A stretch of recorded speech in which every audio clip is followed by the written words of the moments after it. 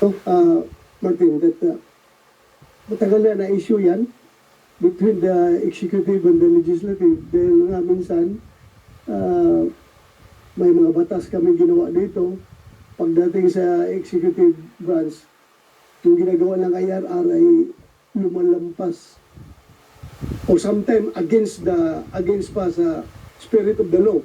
Kaya palaging issue yan ng mga gumagawa ng batas na bakit yung IRR nyo goes beyond the intent of the law. So, again, we are reminding yung ating mga kasamahan, mga ahensya na nag-implementa na dapat intindihin nila yung batas, kung ano yung gustong ipatupad ng batas, yun, doon lang sila mag-implementa. Mr. Chair. Right,